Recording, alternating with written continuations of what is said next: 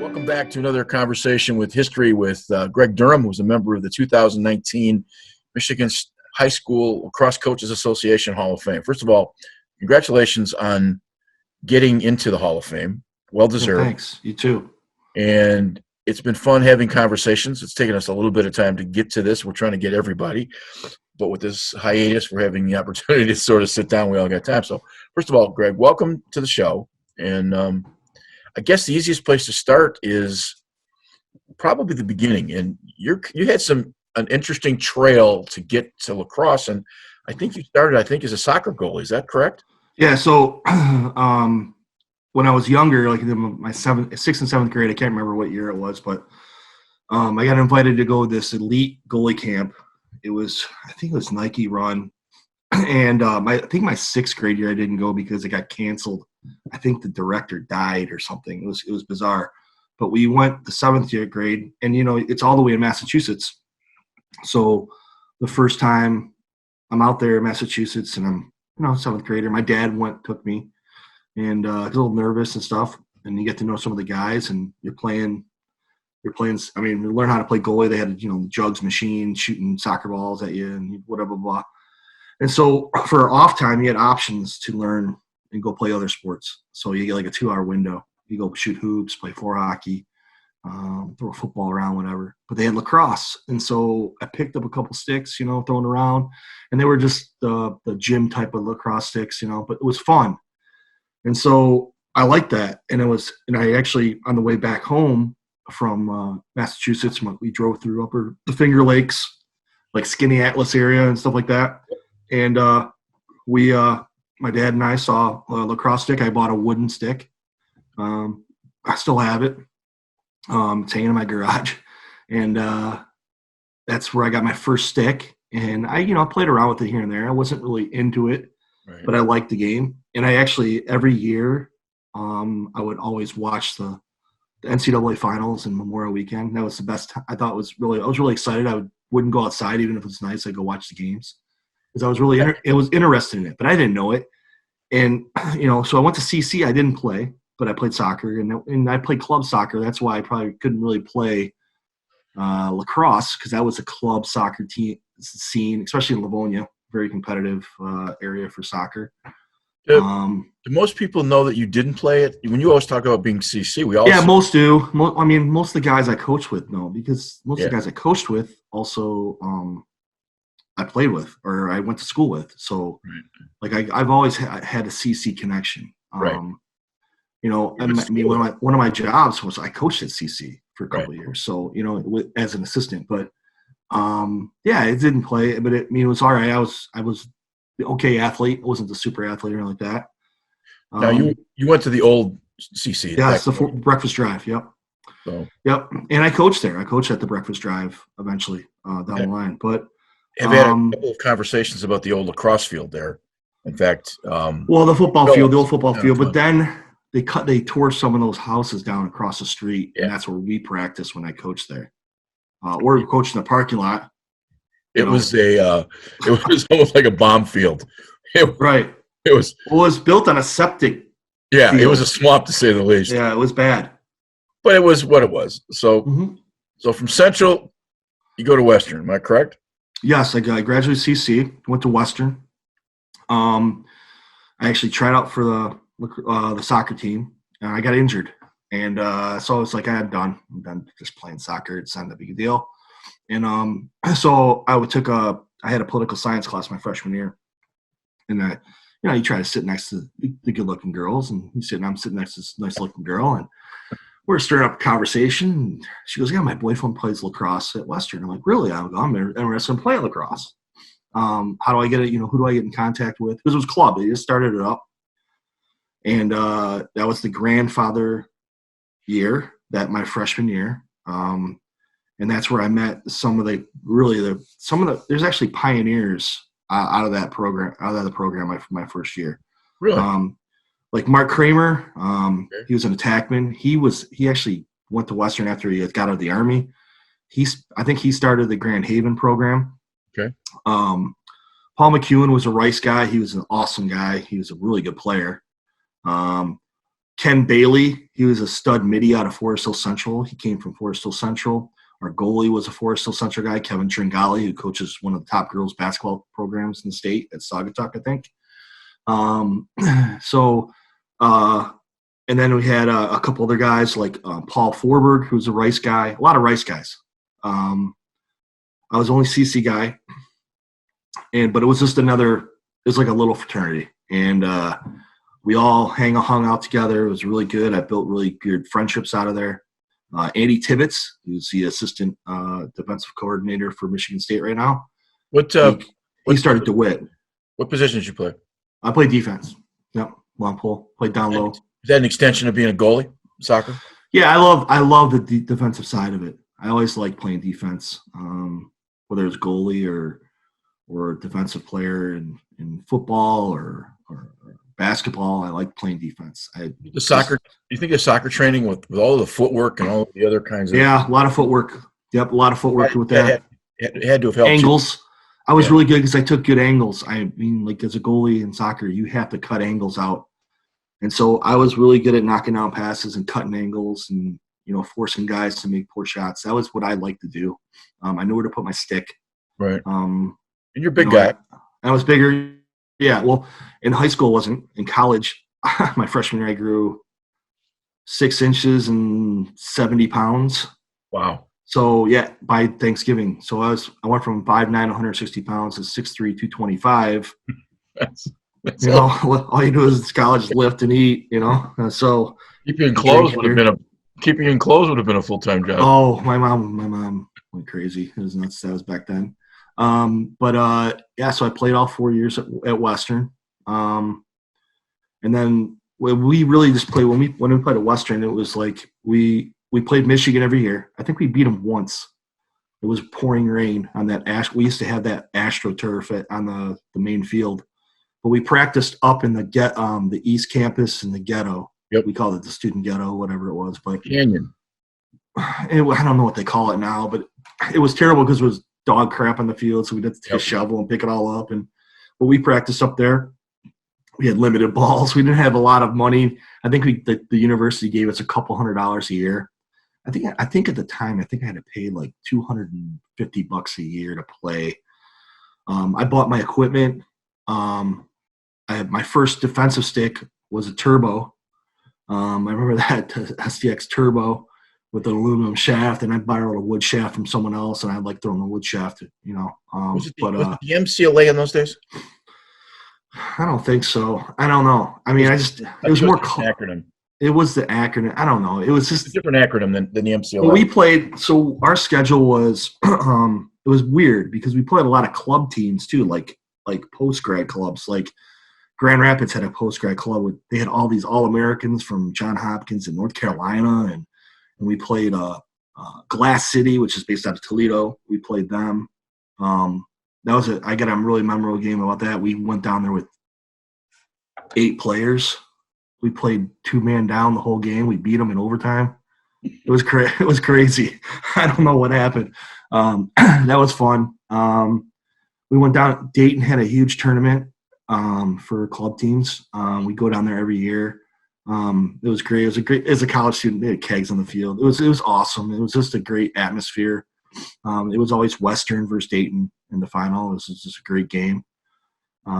We played Indiana, played Purdue, played Hope every year. As a matter of fact, I remember talking to Mike Scanals. I was playing defense. He was an attackman, and I think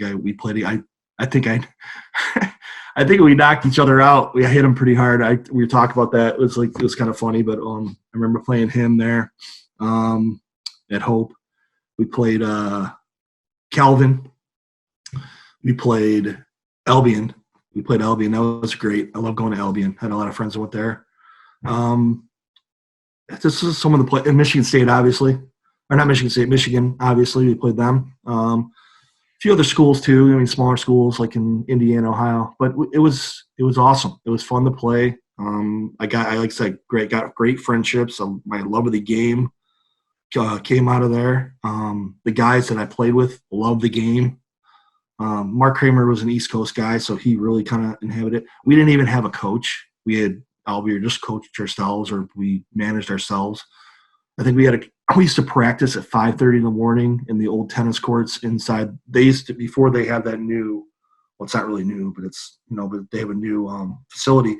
Before that was an old facility run down, and they had the old tennis courts, and there'd be 40 guys in there at 5:30 in the morning. It'd be hard to play in the new facility because it's 90 yards long, and that includes the end zones. So yeah. So I don't know. I've never been in there, but it was crap. I mean, it was old. But we all the guys there were committed, and it was awesome. And then a lot of us would go work out afterwards. I would go do my stick skills, work on my stick skills. I was telling my buddy this later in the racquetball courts. And so at first, I would my buddy, another buddy of mine, and I would go against the wall. And you just hear boom, boom, boom, boom with the lacrosse ball. And then they were like, hey, can you guys use a different ball? So I ended up using tennis balls. Worked great. Didn't matter. But it was kind of funny. But it was a great place to learn. I mean, I learned a lot. I mean, I try to talk to as many coaches as I could, learn the game. Mike Scannells, when he was coaching EGR, I actually picked his brain. We used to play 7-on-7 against EGR, like our college would play them. Would be just a mix of guys. It's fun. We played it down in Western in the lower fields. So go ahead. You had a really good experience at Western. Yeah. If I'm not mistaken, you came out with a chemical engineering degree from Western. Yeah. Yep. You're a teacher now. So take us. I hated my job. Chemical engineering to the class. So I had an engineering job. With the company, and I didn't really like it. It wasn't really up my forte. I didn't like working in the lab. So I left there, and I went home, and I decided to get a restaurant job. I worked at a couple local restaurants, and then bartended. And my mom's like, why don't you finish up? I had a couple classes to finish up for engineering. And she goes, you can transfer everything to UDM through Madonna, through the consortium. So why don't you do that? So, but I had to take for some reason to transfer, I needed a history class. It was weird. So I took this history class with a professor at Madonna named Dennis Bozick, who just changed my life. And from that point, I said, I'm going to be an educator. Your mom has a connection to Madonna, am I correct? She did, yeah. My mom's passed now, but she worked there for 20 years. She was the head of financial aid. She ran the financial aid office. She's a secretary, but she was like the lady to go see. Right. She was there. She never knew my mom. So I went there. I was lucky to go there for free, being a child of an employee. That's a great opportunity. It was an awesome opportunity. After I just paid for Western, right? So, so I went there, and I got my history degree, my social studies degree, got my teaching certification. I was going to go to law school, but Professor Bozick told me, hey, I think you'd be a good educator. So I ended up getting my certificate. And then I had a guy in class, Mark Zathy, who was actually the head soccer coach at Madonna now. He's an awesome guy. Runs Rush Soccer and stuff like that. And by the way, everybody calls me Bull. That's my nickname, and I'll tell you about that later. But BOWL? No, Bull, like Bull Durham. Bull. Okay. Yeah, but it's not from the movie. It's just a high school thing. I got into it as a sophomore. I want to back up for a second. Yeah. Your professor said you thought you'd be a good educator. Did you ever tell you why? Just a personality, I think. I'm pretty outgoing. I love the kids. I just love working with the kids. Must have been more than that. I don't know. I don't know. I never asked. Maybe I guess maybe he thought your ability to communicate and to be probably to reach me. I do have empathy. Some empathy. Sometimes. So my players may not say that, but but yeah, I think, I became an educator. And so getting back to Mark Zaffe, who's in one of my classes, so I wasn't done with my teaching certification. He's like, hey, my mom was telling me about, she works with this guy, this attorney, who is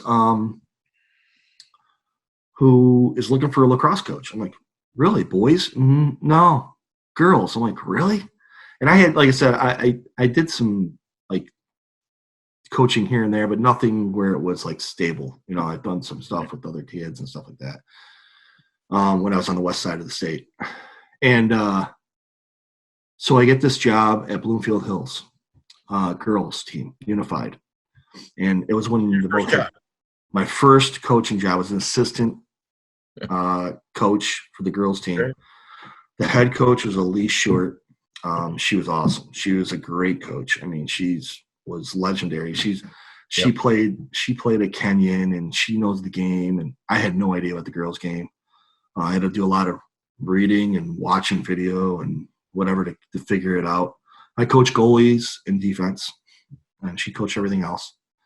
I had a goalie who I just loved. She was awesome. Worked with her. She was funny. It was a very unique experience. It was an experience that made you love the game, but the girl coaching the girls game is so different. And coaching girls is different, obviously. You got to be a little more soft. But what I noticed is that the girls, you need to tell them once. And it was great. Got a lot out of it. I remember coaching by myself. Elise couldn't make it one time. I had to go coach the team in Ann Arbor. And my wife, this is a bad thing with my wife. I missed my wife's graduation to go coach. Oh yeah, I had to, because there's nobody else to coach, so I had to do it. I went to the party and stuff after I coached, but I had to go coach in Ann Arbor. And it's just funny getting on the bus with the girls, and then I walk on the bus and the girls are handing me a baggie of a lunch bag.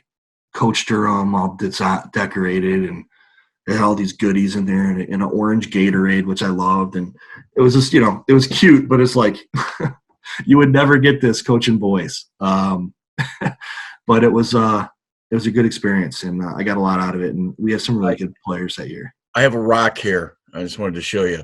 And on the other side I have a rock that my first trip with my girls at Michigan State. Yeah. It took some pebbles and painted them white, and there's an S on one side and there's Greg on the other. And it sounds as crazy as it's going to sound. I've carried this in my bag now for almost 10 years. That's never happened on the boys. Yeah. Never. No, it would never. No. But it's just that empathic. And I think that was really helped me in my career. And I learned a lot from Elise, because the way she's tough. She's a tough coach. She ended up coaching Ohio Wesleyan later on down the line for 5 years, I think. At this point, were you teaching yet? Not yet. I was getting ready to. So that's, I think, the next step is I was getting ready to interview for job. I was student teaching at Divine Child. Okay. Then I had a long-term sub position there for like 3 months. Somebody was pregnant. I can't remember what happened. But right. I was teaching math, of all things. I wasn't teaching social studies, which I was endorsed in. Which, whatever, it is what it is, right? Your story is interwoven about 1,000 different ways. It's so funny, because I was actually really good at math, obviously, with engineering. Right. So being good at math doesn't mean necessarily you can teach. It doesn't mean, but it was fun. I got a lot out of it. Loved the kids, loved Divine Child, a really good experience. So I get done, and I went to a job fair in Detroit. Was looking for teachers, and I'm like, I'm going to get a job in Detroit. I'm going to start a lacrosse program there, blah, blah, blah. And I was getting ready to sign a contract to go teach at Mumford. My mom went to Mumford. That was crazy. So it's kind of like an irony. And at the time, I lived with the guy. I was working at a restaurant called The Cooker in Illinois, and my buddy was a manager there. His dad was the assistant principal at Berkshire. And I did not want to use my friends to get the job. And he calls me, his dad calls me up, his secretary, and says, hey, have you signed a contract yet? And I'm like, no. He goes, I have a 6th grade and 7th grade social studies teaching job here at Berkshire. why don't you come in and interview for it? I'm like, Well, okay. That's in Birmingham. In Birmingham, at Berkshire. Yep, Birmingham Public Schools. So I head over to Berkshire. I meet Jack. I know Jack. He's a great guy. He's like, listen, he goes, I have a 7th grade part-time job. It's 4/10. There's no insurance involved. It's not full-time.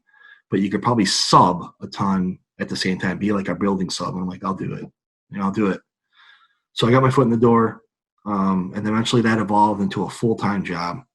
And then that spring, I met with Aaron. Was it winter? I met with Aaron Frank, who was he just became the athletic director at Seaholm. And a member of this Hall of Fame. Yes. Aaron's an awesome guy. I taught all of his children. So Aaron and I met, and he's like, hey, if you want to coach the 7th grade lacrosse team, love to have you. And I'm like, okay. And that's where my boys coaching started. And I've coached with I coached it myself, the 7th grade team. It was like 15, 16 guys on the team, maybe 17. I still have a photo of that team. And I coached with another guy who coached the 8th grade team, Mike Dungan. Mike Dungan was kind of like the guy. He was awesome. I mean, he was a younger guy than me, but he was a really good coach. He knew the game. He was a really good attackman at Seaholm. When they had a program, or when they first started the program, he became really good. I think he played with like Zomke, and I think he played with Chris Colin. What year are we talking? 19... This is 99. 99? This is 99. That's my first year. This is Birmingham's. They were good. They won the state championship that year. They were a big deal. That was the last time they won the state champ. That was when anybody public school won the state championship from Rice. And that was great because I knew all those kids on the program. I knew all the varsity guys. They won the state championship in 2001. Am I correct? 2001. Yeah, I think it was one. Yeah, so it was like right around there, right? So you're talking MSLA days. Right. So, and so I coached the 7th grade team, and then I coached 8th grade. And 7th grade was tough, but 8th grade we were really good. And I had a bunch of guys that decided to play the next year. I recruited a couple kids. One of the best athletes I ever coached was a kid named Kyle Wiederstadt, who was like, you can look him up. He's one of the top sack leaders in state history. Way to grows. And he ended up actually becoming an All-American in Michigan for lacrosse. And then he went to Denver and became a captain. Just a great kid, great family. Think about some other places like Stephen Walters, who went to Rice. Riley Kearns went to Rice. Pat McPartland went to U of D. I coached a lot of those guys. Right. Colin Connery is a goalie. It's just Stephen Keys. I think he went to Salisbury. It was so weird that I started coaching that. Then, though, we'll go back to my 7th grade. I get a call from Ed Kema right after our season. Ed Kema was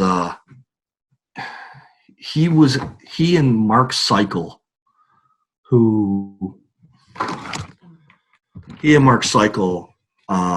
running a program called Michigan Select, and they were running the 8th grade team. And what it was a team that was we'd get 2 teams together, a U15 and a U13, and we would take them out east to the U.S. Lacrosse Festival. In the U.S. Lacrosse Festival, you go out there and you play like 6-7 games. And so Kima was like, hey, do you want to coach the 7th grade team? Really love to have you. Like what you did the 7th grade. And so, yeah, sure, I'll do it. And so I got one of the dads, Jim Savage, his son played on the 8th grade team, to help me out. And I took that team with Ed. We got a big bus, right? 44 guys, 22 for 8th grade, 22 for the 7th grade. And we went out to RPI, and we played a bunch of games. And that's where I met Mike Jolly. Mike saw me out there because I think he was a representative for U.S. Lacrosse Council or something. And we played a bunch of games, and we actually did real well. We won. I think we played 6 games. We went 5-1. Beat a bunch of teams, and it was just awesome experience for the boys. We stayed in the dorms, eat the dorm food, and then they get to actually watch one of the nights. They got to watch the high school all-star game, which they had back then. And Mikey Powell, that was his senior year, and the kids got to go see Mikey Powell play. And in high school. It was a Now, really cool experience. your formative years of coaching are at middle schools in Birmingham. You're teaching in Birmingham. It would seem Yeah. logical with the coaching tree that was there that you sort of move up that ladder. Yeah. And somewhere you must have taken a right-hand turn away from Birmingham from a coaching perspective. Where was so after my 8th grade year, after I coached that 8th grade team, which we were really successful. We did real well. I think we had a couple losses, but nothing. I mean, I went to Aaron and said, "Hey, I'd love to keep going with these guys. I want to coach JV." And he's like, "Well, I don't have a really JV spot right now." He goes, "But something opens up, I'll let you know." So I was waiting to hear and didn't hear anything. Well, of course, Ed Kema calls me out of nowhere again.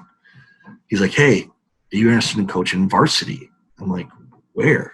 And he's like, "Well, Northville's going to start a team." Okay, what was Ed's connection in Northville?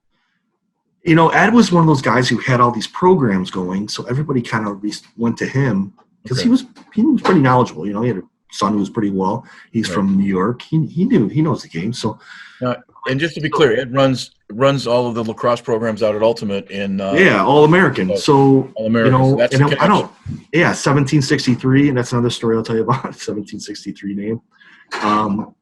So I'm like, yeah, I'm interested. So Kathy Coppell, who's kind of like the godmother, I have to say, of lacrosse in Northville. She started it up. She started the youth program there, and she calls me, and I meet her at her house, and we have a cup of coffee, and we're talking, and she's like, "Well, I'd love to have you as coach. This is the first year." And so I'm like, okay. So the only thing that was bad about it is it was 2 weeks before the season started.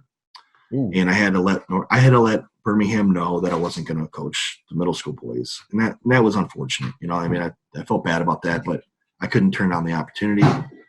So, I went to Northville. Now, Northville's the head coach. Am I correct?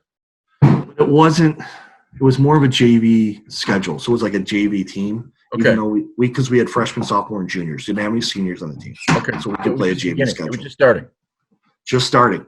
Okay. So I remember playing Mike Costello. I remember because he was coaching PCS at the time.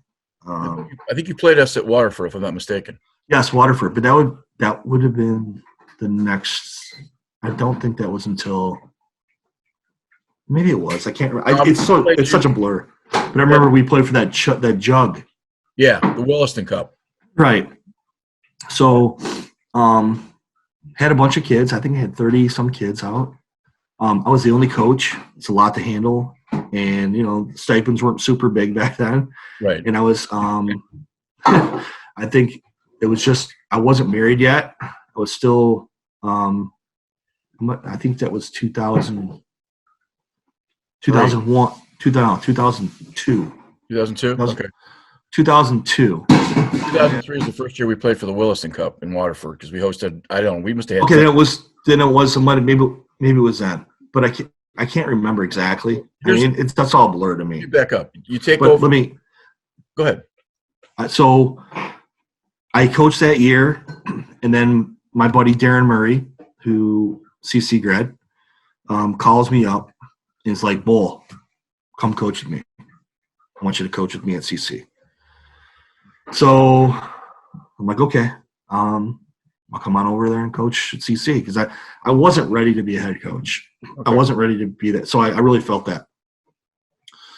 And Darren was pretty respected. Darren's a really good businessman. He's really, he's got the macro level stuff down. He goes, I need somebody that can relate to the kids. They can get to the kids. Your teacher, and you can get there at 3 and it's great, blah, blah, blah. So I'm like, okay, I'll come coach for you. And that's when I was at the old CC, at the Breakfast Drive. So it was Darren, myself, Mike Sullivan was helping out, Mark Schwartz. Everybody knows him as Schmata. He's a legend. Darren, myself, and I had Josh Christensen, who was a player at CC in the '98, really good player.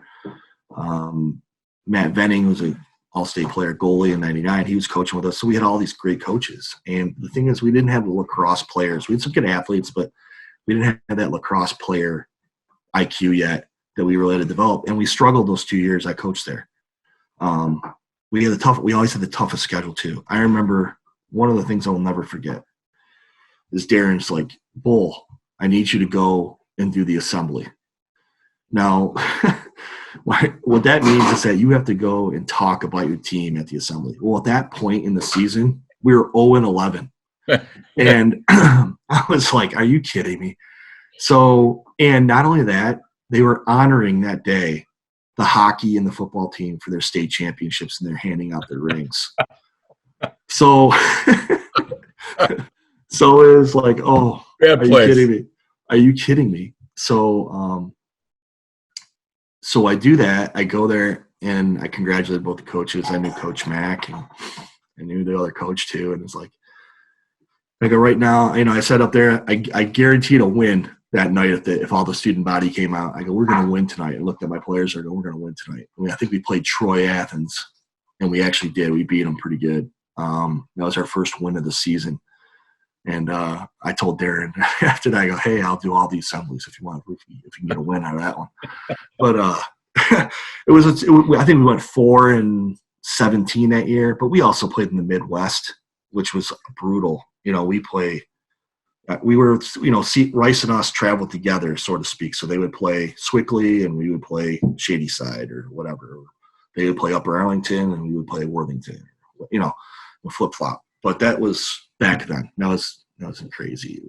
But I learned a lot from Darren. I learned a lot from how to be a head coach from Darren. Okay, so now from CC, where do you go? Back to Northville? So that's another thing. So Darren resigns from CC, and he's like, hey, go apply for the head coaching job. So I applied. Mike Santella, I met with him, and he wanted to get out of the Midwest. He thought it wasn't very relative to the program at the point because they were struggling. And I said, well, it's about the kids. They love it. And so I didn't get the job, but it's okay. I'm like, well, maybe I'll go ref. Maybe I'll take a year off. I just got married too that year. So it was our first year, and so I was out in Plymouth with a couple buddies of mine, and I saw Rob Watson, who's a mentor of mine. I love Rob to death. He's one of the best people you ever meet. He was the assistant principal at Northville at the time, and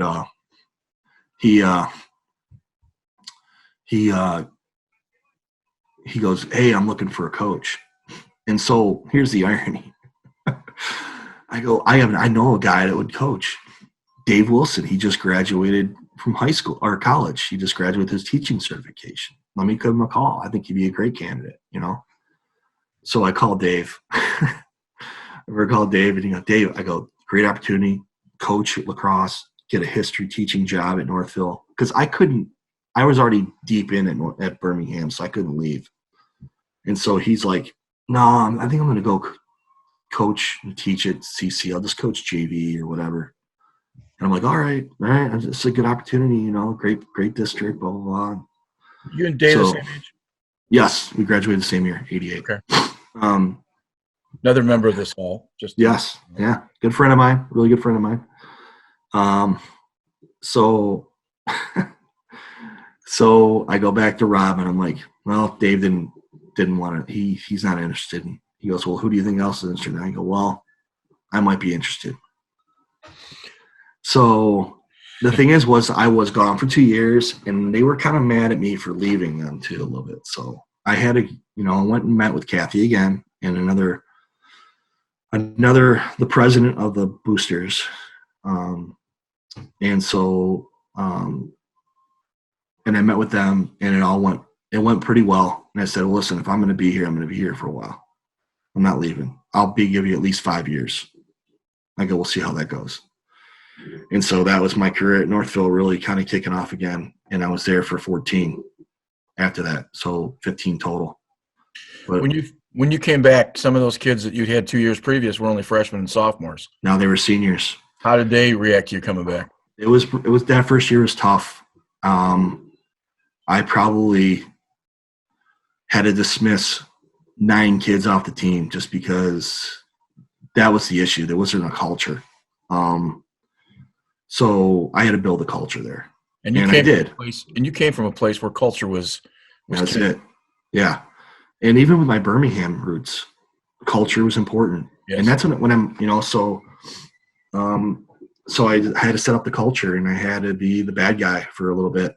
But I set that in stone from the beginning, and that's where we kind of progressed every year.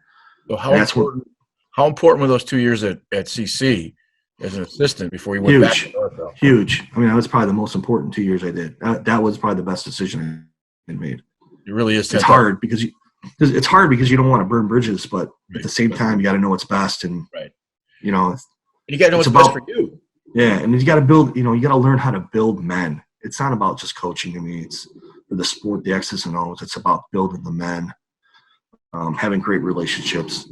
I have great relationships with my teams from Northville. A lot of kids. I mean, this past Thanksgiving, met up a bunch of guys. We went out to eat, had some beers, and these guys from my 2010, 11, 12 teams. And it was just a great experience with those guys, seeing those guys again and just talking about old times. And it's awesome, and a lot of those guys are coaches now, and it's great. So I'm a non-teaching coach, so moving from a district to a district is a little easier because I'm not in the classroom every day. Right. As a teacher, you're in Birmingham, have been forever. Yeah. And now a couple different places. Is there a different mindset when you're coaching one place? And in this particular case, did Northville ever play Birmingham? Yeah. They didn't, but do you divide your loyalties, or is your athletic loyalty as to where you're coaching? Well, it's great because I knew all the kids across the field. Right. Like I knew them personally. I didn't know them as players, but I knew them personally in the classroom. Not all of them, because I did have – because, Birmingham's a unified team, so I know all the kids that go to Groves. I don't know all the kids that go to Seaholm. Sure. But I knew them personally. That was great. And that was one of the things – But when you know the kids on the sideline, it's not like playing anybody else you don't know. Does it matter, or is it just a point? No, it doesn't matter. It doesn't matter to me. I know the matchups, and we know each other pretty well, and the coaches. I know the coaches. Right. I mean, I know Aaron Frank. Right. I know those guys. And, right. So curiosity on my part. I always build good relationships. I try to build as best relationships I can with all those guys and the coaches and the players. So, and a lot of those guys I also coached through Michigan Select, because I ran that program for 6 years. Right. So I saw those guys when they were U13, U15, especially the talented ones. So they made that team. So I built really good relationships with them. Talk about your tenure at Northville. It was great. That was one of the best things I did. Is I built that. I mean, it took a long time to build it, but I got to work with some great people, some great coaches. Brian Macy, once the MHSA took over, Brian Macy was my AD. He was awesome. He was a great mentor. He was really good. I mean, he's an awesome guy. Worked with him forever. Just building schedule. I mean, the only thing I went with him was like, I don't want you to schedule in the private schools. I'm like, I got to schedule the private schools if we're going to make this program better. It's not like any other sport. All the teams that have been established are the private schools. And I go, we got to play them if we're going to get better. So he's like, okay. He was like, fine with that. And we did. And I built good relationships with all those schools. CC would never really play me. Rice would never really play me because they had their schedule set every year. But we always knew we could possibly play CC in the regional. So, and I beat them once in the regional semis, and that was great. We beat them in overtime, and that was awesome. And then the irony is I had to play Birmingham the next game, and we lost to them. But it was still, that was 2012, and that was probably one of the better teams I've ever had in my program. And I didn't even have that many great lacrosse players. It was like 8 great athletes, and that was the key to that team. We had really, really good athletes and just great guys, just fantastic guys. Now, you had 14 years at Northville, and somewhere along the line you decided that an opportunity to go north towards the lake. And so talk a little bit about that. Well, the difference between private school and public school is one of the things you have to deal with parent boosters. So, I felt that my time's kind of run out in Northville at the time. And I was really kind of just like, we just had one of the best teams ever coached in 2017. That was an awesome team. We lost to CC, a close game in the regional final. But I think CC ended up winning it that year. I can't remember what year they won it, but I think that was the year with Kamish and Capitina. But So I decided there's a couple of things that happened. I had a student pass away right at the end, a player. It was a freshman. So that was kind of like, he kind of gets some tough, and we handled it pretty well, I think, overall. Is there a relationship to the game or just an unfortunate passing? Just an unfortunate passing. And then coming after that, I was just like, kind of like, I don't know. Well, Mike Walker was in my back. He was in my head. He kept calling me. He's like, hey, what do you think about coming to St. Mary's? And I didn't understand this. And he called me like in the spring. I'm like, what do you mean? As an offensive coordinator, defensive? What are you talking about? He's like, I don't know. Just thinking of, I think St. Mary's might be a good place for you. I'm like, well, I don't know. He goes, well, hey, I want you to coach my summer team. Because I was running Michigan Mavericks at the time with Scott Tynan. So we picked up a bunch of Orchard Lake kids. We ran a whole team we called the Michigan Maverick Red, because I basically ran Maverick for the Northville program. And that was a lot of success. Mike Walker was a long-time assistant to Rob Ambrose at Further Ice. Yes. And then he was running St. Mary's for a few years. And so he was calling me. Well, little did I know at the end of the season, he's like, hey, do you want to take this over from me? I'm like, what do you mean? He's like, well, I've got a job in Chicago, and I haven't told anybody. And he goes, I'm trying to set him up with somebody who I know that will do a good job here. He goes, are you interested? And at that time, I really knew nothing about St. Mary's. I mean, I actually didn't like St. Mary's, to be honest with you. It was weird. I don't know why it was like that, but I'm like, but St. Mary's really kind of had, the reason I think the unknown was kind of intriguing to me. And I didn't want to quit coaching. So I'm like, all right. So I go interview with GP, George Port. Who's a legend. Who's a legend. I mean, just, you can't ask for a better person to work for. Walk in the room and we talk, and he's like, I know all about you. He goes, I want you to be the head coach here. He goes, if you're interested. He goes, and it's yours. You run it. It's yours. You do what you want to do. He goes, just, keep a clean program, keep on the guys, develop a good program, bring any coaches you want in, and I'm like, okay. I go, let me think about it. So the irony was I had a trip plan with my wife. We went to Ireland and Scotland. I said, I'll let you know when I get back. And then that was great because it just cleared my head and kind of think about what I'm going to do. And so when I got back, I took the job.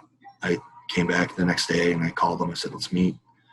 And I accepted the job, signed my contract.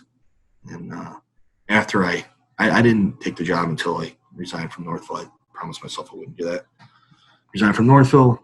And then I really recommended that Sean Dickin, who's the new head coach, get the job. He's a great guy, great coach there. So they weren't going to miss a beat without me. And then took over St. Mary's. And then it might have been one of the best moves I made. I mean, I absolutely love it. It's one of the greatest places to coach. It's just I'm in a rather unique position to agree with you, having spent 5 years there. Yeah. I got him to the finals in 2009, and I left because I ended up taking the Michigan State girls team, and George didn't want me to split my at that time, and I'm a Spartan, so it's one of the things. But it was the best job. It's the best high school job I ever. Yeah, it was. It's awesome. The support I get from George. The kids are great. The campus is unbelievable. I love the old gym that makes you feel like you're at Hoosiers in the movie Hoosiers. I just love everything about the school. Here's two questions. You have red turf and you've got the best grass field in the state. Where do you play? The red turf's growing on me. It's hard, but I went from orange and black to red and black, so it's like it's not that much of a difference. And the other question I was going to ask you: do you still use the JV hockey locker room for the kids? Yes, and that's going to be different now since girls are going to be coming in there. So with them, I think they're having a new field house built. So once that's in, they're going to have the locker rooms there. I started that using the JV locker room so they could come out, so they actually had a locker room. It was used by a bunch of kids for hockey players who never did anything in the spring. Yeah, And it was a it's place for the great. kids. It was a nice place for the kids to congregate. No, it's good. It's a good locker room. It's a And great it's a locker great room. locker room. It's maybe the best locker room in high school, and that's not even the varsity locker room. No, no, It's it's funny. It's great just facilities. it is. It's a great facility, and I absolutely love it there. It's just like I said, great support from George Porritt, and So, my the what? schedule I create is ridiculous. Yeah, that was going to be my follow up question. If there's a harder RPI schedule than yours, I don't know. what's the point? So the one thing is there's a couple things to that. Number one, I hate letting down guys that you have promises to. Like for example, I will always play Forest Hill Central because I have an awesome relationship with them, and that went back to with TQ, Right. because TQ and I are friends, really good friends, and it's like you keep that up, and I'm afraid to release it because you never know when you're not gonna. You want to play them, you want to play the best. I mean, CC and Rice and Cranbrook and De La Salle and UD, you have to play. You're in the Catholic League. Yep. I play EGR because I have a relationship with them. I play Okemos because Mike Antan. I feel that Mike Van Antwerp and I are pretty good friends, and we play each other. I always try to play. Who else do I play? Clarkston, Comiscus, and I. I mean, I get along with everybody, and being on the board for the High School Coaches Association, everybody wants to play you. They reach out to you.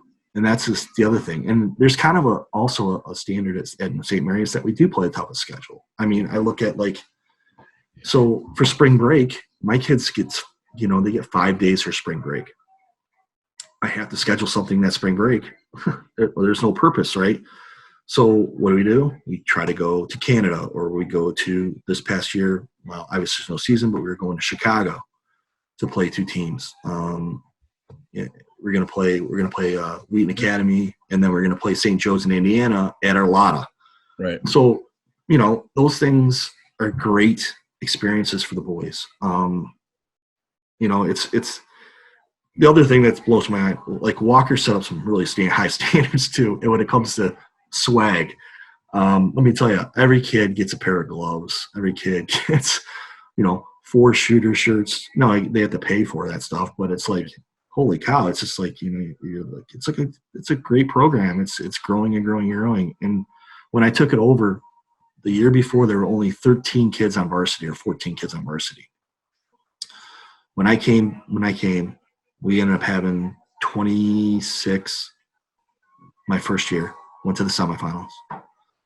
The next year we had almost 30 on varsity and almost 30 on JV. And now next year. And then this year would have been, I think I had 59 kids in the program again. Next year I got 20 fresh. I know 20 kids are coming in here playing lacrosse. They take surveys and stuff. So, I mean, it's growing. It's going to be a better program every year, I hope. I have awesome coaches I work with. That's the one thing I think I've been blessed in my career is having awesome assistants. When I was at Northville, I had Mark Schwartz, and I had Matt Venning, and I had Stan Seidel. I had those guys helping me out. Stan Seidel is probably one of the best minds in the game. And then here I have, myself, and then I have Brian Rice, who is a CC grad, who's just a fantastic offensive guy. And then I have Casey Price, who's a Rice guy, played at Notre Dame. Just a great guy. He actually worked for Walker, and then I met him, and we become really good friends since. Yeah, go ahead. Timely question. Does the staying away from it this spring, does the pandemic in the long run hurt us, you think? I don't know. It makes you reflect on what we're thankful for. I tell you that I think it's going to be awesome next year. We miss it so much. If we play next year, who knows how long this is going to go. There's always ifs, but I really believe we're going to play next year. But it's just the kids they got to get out. We got to play. I miss coaching. Miss being out there with the guys, the fresh air, the walking around, the marching around, and the coaching, the camaraderies, meeting up with. I mean, when the other thing with the schedule I create, which is pretty tough, most of those guys on the other side of the box are my buddies. And so, guys I, go out and have beers with that are just a good guys. So Is lacrosse coaching or coaching in general for you an avocation or a lifestyle? avocation. It's both, I guess. I don't know. I asked the question because one of the things we've been talking about with some of the older guys within our own organization, I turned 66. I'm as gung-ho at 66 as I was at 25. Yeah. My point that becomes, if somebody said I had to retire at this point, I would say, sorry, unless I have a heart attack and I can't get out of a wheelchair. No, I love it. I want to retire. I don't plan on it. I coach football. I just finished my 20th year of coaching football at Berkshire. So I'm not coaching there anymore at football. I just gave that up. So now I'm just kind of coaching lacrosse, which is great. My kids are getting older too. How old are your kids? My daughter is 13. Okay. She's a gymnast, competitive gymnast. So that's off season, thank God. And then my son's a baseball player. He's 10, does jiu-jitsu. No lacrosse? Doesn't like it. It's okay. I'm fine with that. Maybe he'll grow up. We'll see. Coaching Birmingham, coaching in Northville, all of a sudden, now your kids are coming to an age where, not that dad wasn't important before, but from a travel perspective, it becomes even that much more important. Yeah. Well, I don't miss too much if I can't. Right. I try to make it what I can, Right. My wife's pretty supportive. She does if it wasn't for my wife, you wouldn't be able to do this. What's her name? Colleen. Yeah. What's Colleen do? She's a teacher. She teaches in Huron Valley. So the house gets it, as it were. Well, right now, I think the toughest part of this whole pandemic is that coaching or teaching your children is the toughest thing. And I could, even though I'm a teacher, my wife's a teacher, getting your own kids to do their work is unbelievable.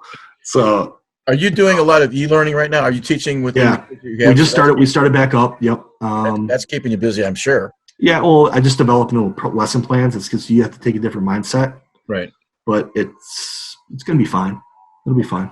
Okay. Mm-hmm.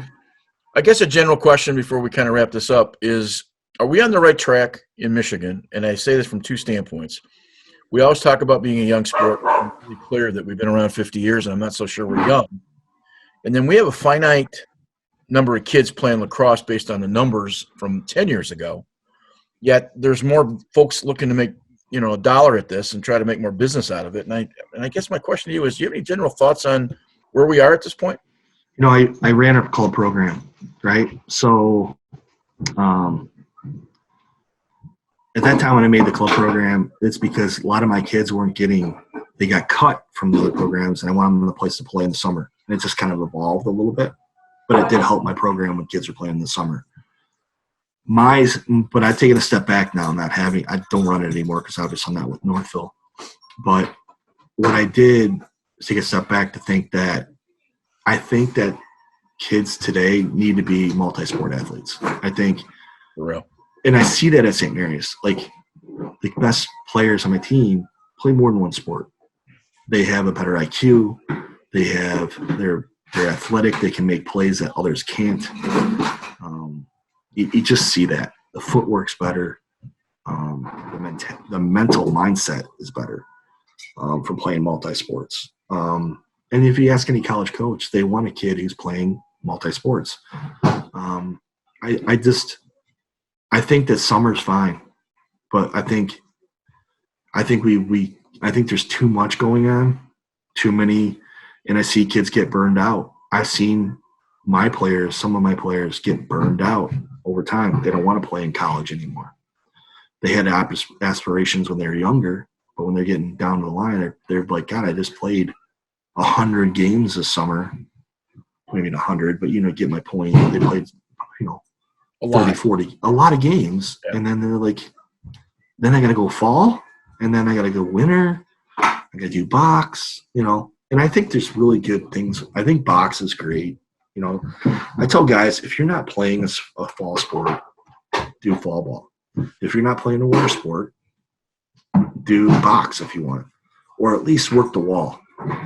That's the only thing I really ask my guys, 20 minutes a day, work the wall, develop your stick skills. Okay. We got a wall ball routine that we have set up. I have 4 pitchbacks at St. Mary's now that I bought. Kids can go out there and work them. It's that's all you can try to do is keep them on their toes with that.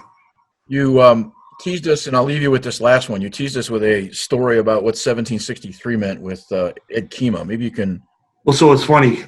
I got 2 stories for you. There's one month goes back to Northville, one I'm going to bring up too. But so Ed, I told Ed the story.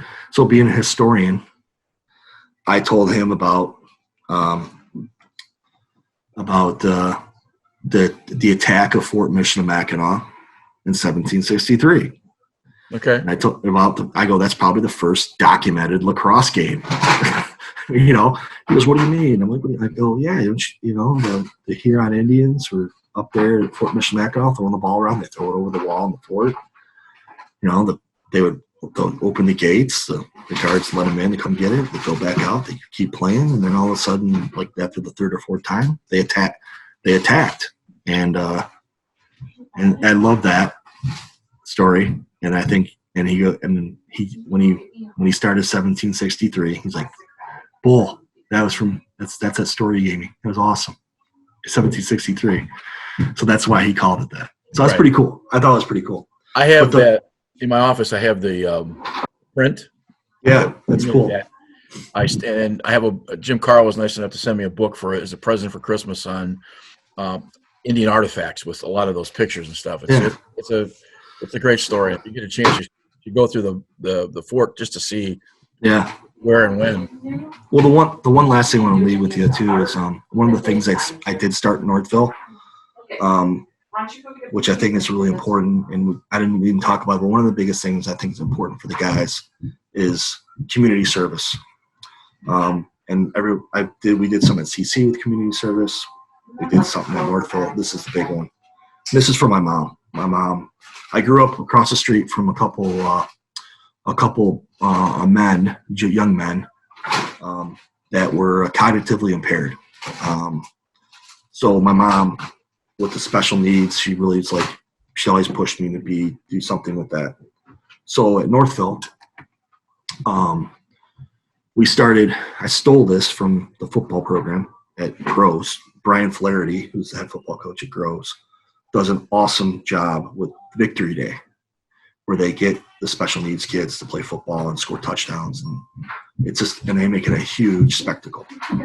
Well, I was doing that at Northville. So what we did is there's a cook school right where, if you've ever been to Northville Field goes down to a bowl, but above, when you enter from the west or from the north side, that's Cook School, and that's a special needs school. And it's a great place. And they also have, obviously a special ed program at Northville High School, which the new head coach, Sean Dickin, actually is a special ed teacher at Northville. So he actually helped me with this whole program because I wasn't in the high school. But what we did is we got as many kids as we could that were interested, boys. We did, I think it might have been 1 or 2 girls too, but I can't remember. I think they might have added that since. But they had boys, and I think about 10, maybe 12. And the boys would work with them once a week during gym time, I think, or they had like an hour and a half where they had like a common hour where they could just go meet with people. But they met in the gym, and they trained these boys how to throw the lacrosse ball and play catch. Wow.